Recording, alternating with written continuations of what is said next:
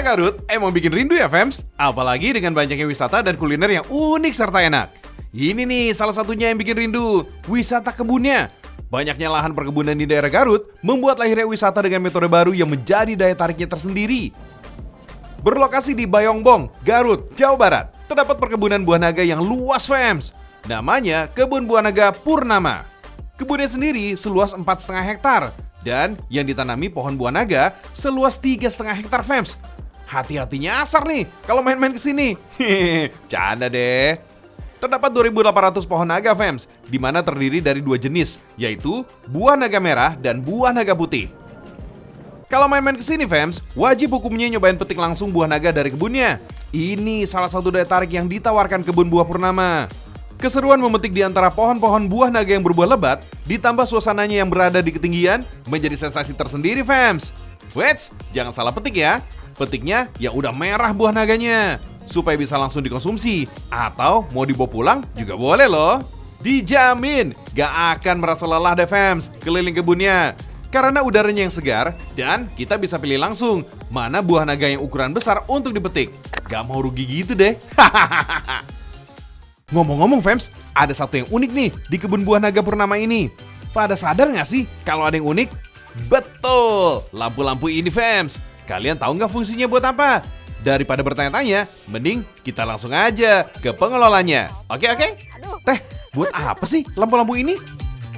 Kebetulan Kebun Naga Purnama ini itu termasuk ke dalam program Electrifying Agriculture PLN. Itu di mana pemanfaatan itu tenaga listrik untuk sektor perkebunan dan pertanian.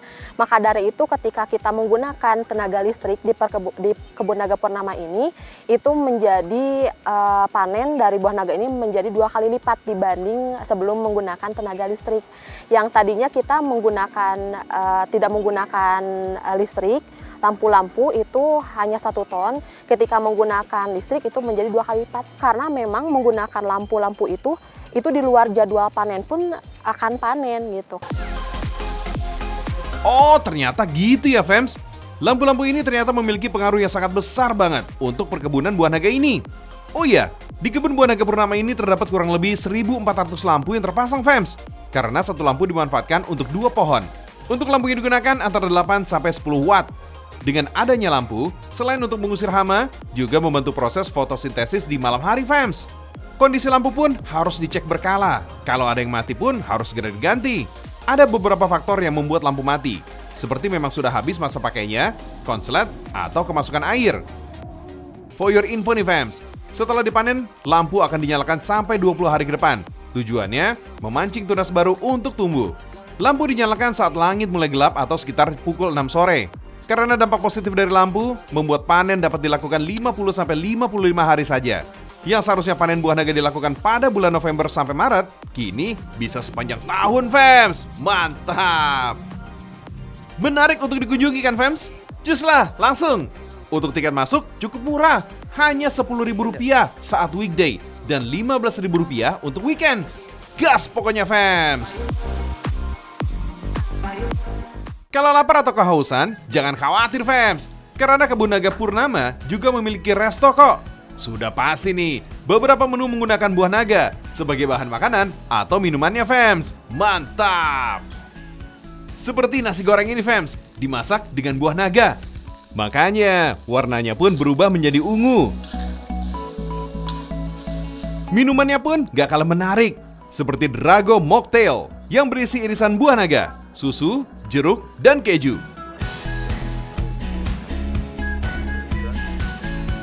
Ada juga Drago Monster yang berisi jus buah naga, keju, kental manis, dan irisan buah naga. Dijamin deh, setelah capek dengan keseruan di kebun, ditutup dengan kulineran buah naga. Apalagi buah yang langsung dari kebunnya, mantul! Kelezatan nasi goreng buah naganya dan kesegaran minumannya menjadi energi baru lagi deh, Fems.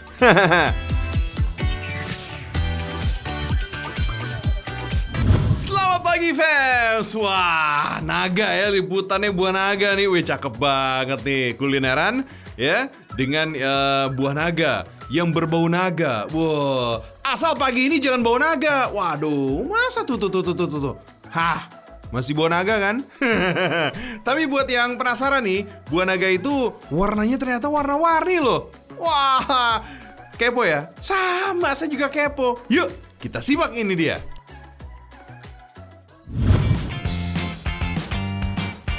Fams, buah naga yang selama ini kita kenal berwarna putih dan merah, ternyata buah asli Meksiko ini punya warna lain juga loh Fams.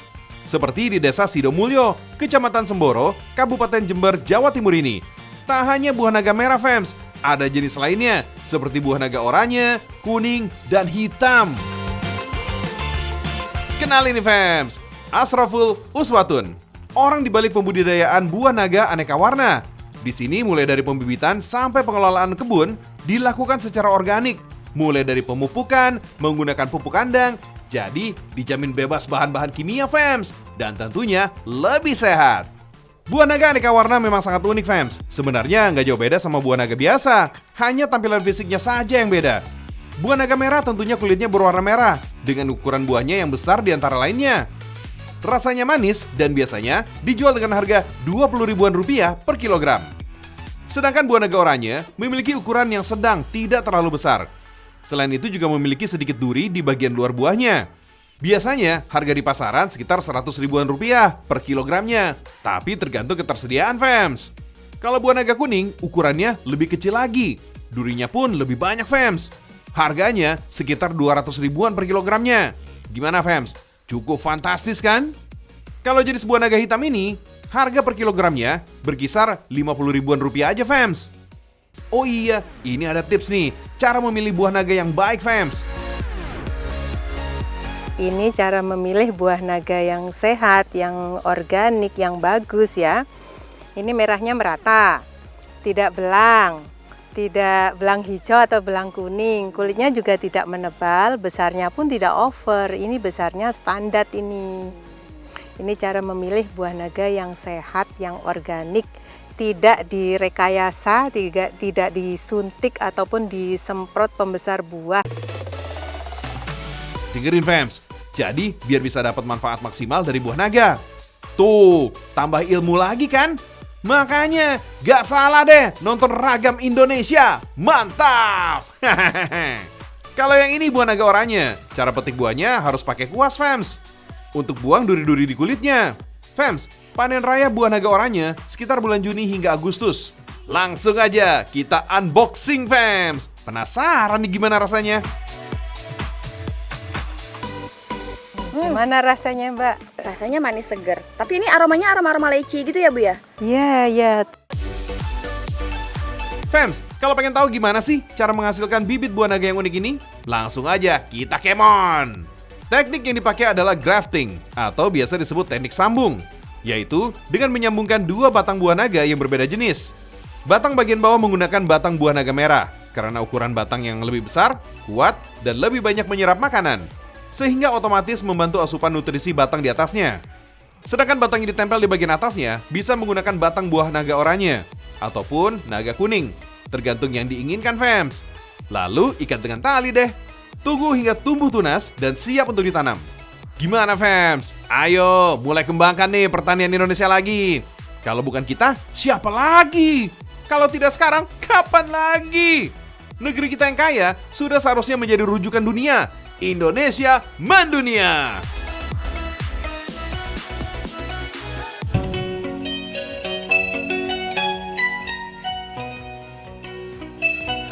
Fams, perkembangan teknologi ternyata bisa juga diaplikasikan pada alat musik khas NTT ini loh.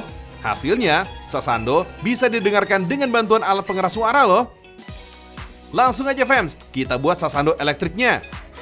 Pertama, bikin badan sasando terlebih dahulu. Potong bambu sesuai ukuran. Jenis bambu yang dipakai dikenal dengan nama bambu ende. Selain memiliki ruas panjang, permukaan bambu juga halus, sehingga mudah untuk diukir dan dihias Fams. Setelah dipotong, pinggiran dalam bambu ditipiskan menggunakan pipa besi seperti ini. Selain untuk memperbesar resonansi suara, proses ini juga mencegah bambu dimakan rayap. Untuk sasando, diameter bambu berukuran 8-12 cm. Kalau terlalu kecil, suara yang dihasilkan kurang bagus. Lanjut hias bambunya Fams. Kulit bambu harus dikupas sedikit ya, agar warnanya bisa menempel. Lalu, ukir sesuai motif khas daerah. Dan beri warna. Kemudian kita buat bagian atas dan bawah sasandonya, fams. Untuk bagian ini, pakai kayu jati ya, agar sasando tidak gampang rusak. Serat jati dapat menahan pengait senar dengan baik. Lalu, bor bagian atas untuk pengait senarnya. Satu sasando memiliki 32-45 senar. Dan jangan lupa pasang pengait bawahnya juga. Kemudian, lubangi bagian atasnya untuk komponen elektriknya, agar bisa dihubungkan dengan pengeras suara. Sasando dalam bahasa Rote berarti bergetar atau berbunyi. Nah, tinggal pasang senar dan penahan senarnya nih. Penahan senar disebut senda. Dipasang berderet melingkar dari atas ke bawah. Nah, kalau wadah yang terbuat dari anyaman daun lontar ini berfungsi sebagai tempat resonansi atau penggema suara sasando nantinya, fams. Daun lontar yang berjumlah sekitar 80 lembar ini dianyam dan dilem satu persatu. Kemudian pasang di tiang bambu. Semakin banyak daun lontar, semakin tinggi juga kerapatannya. Dan otomatis semakin baik juga nih resonansi suaranya. Tinggal satukan dan pasang sasando pada wadahnya. Harga alat musik ini berkisar 1 hingga 5 juta rupiah, fams. Tergantung ukuran dan tingkat kesulitannya, fams. Fams, ternyata pelafalan alat musik petik ini yang benar adalah sandu. Pelafalan menggunakan huruf O awalnya datang dari orang Australia saat mereka menyebut sandu dengan sando. Akhirnya berlanjut deh sampai sekarang. Nah, sudah sepantasnya sebagai generasi muda melestarikan warisan kesenian bangsa ini, fams. Jayalah Indonesiaku.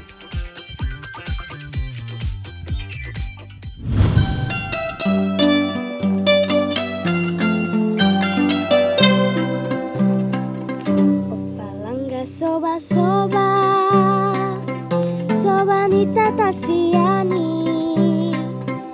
Fams, memainkan sasando memang sudah sepantasnya mengenakan topi tilangga. Topi tradisional yang terbuat dari daun lontar. Bentuknya khas banget dengan bagian yang mirip tanduk di depannya.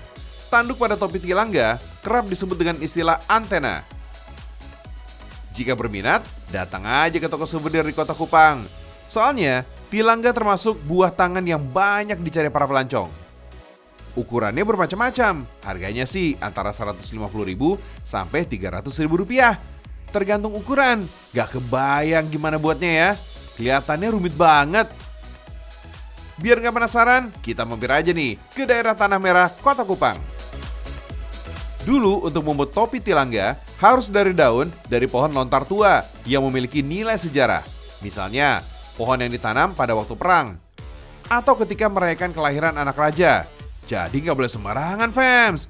Hanya orang tertentu saja nih yang boleh memakainya. Daun lontar kemudian dikeringkan selama 1-2 hari.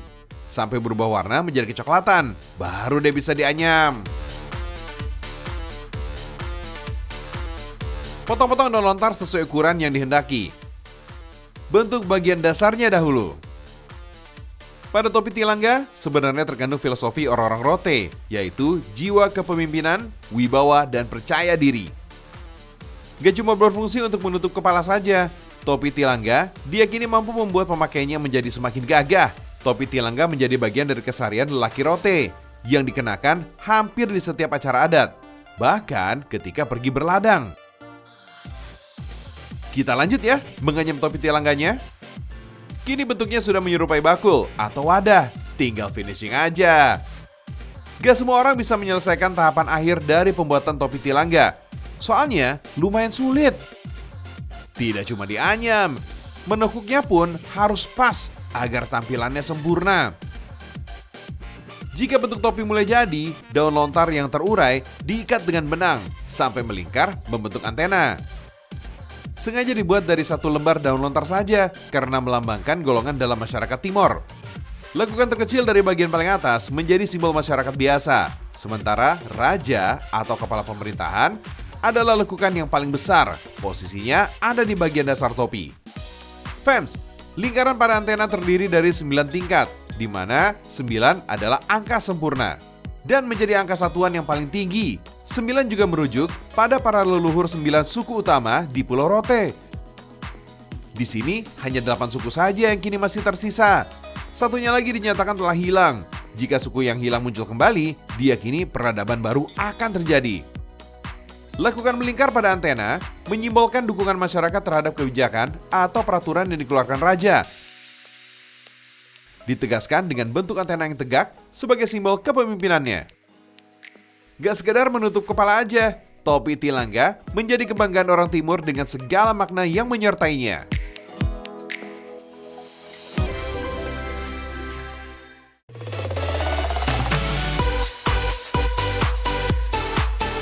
Menit sudah Ragam Indonesia mengawali pagi kalian. Akhirnya, saya Joe Ricci undur diri. Tapi besok saya akan kembali lagi, Fams. Saksikan terus Ragam Indonesia, karena Indonesia mendunia.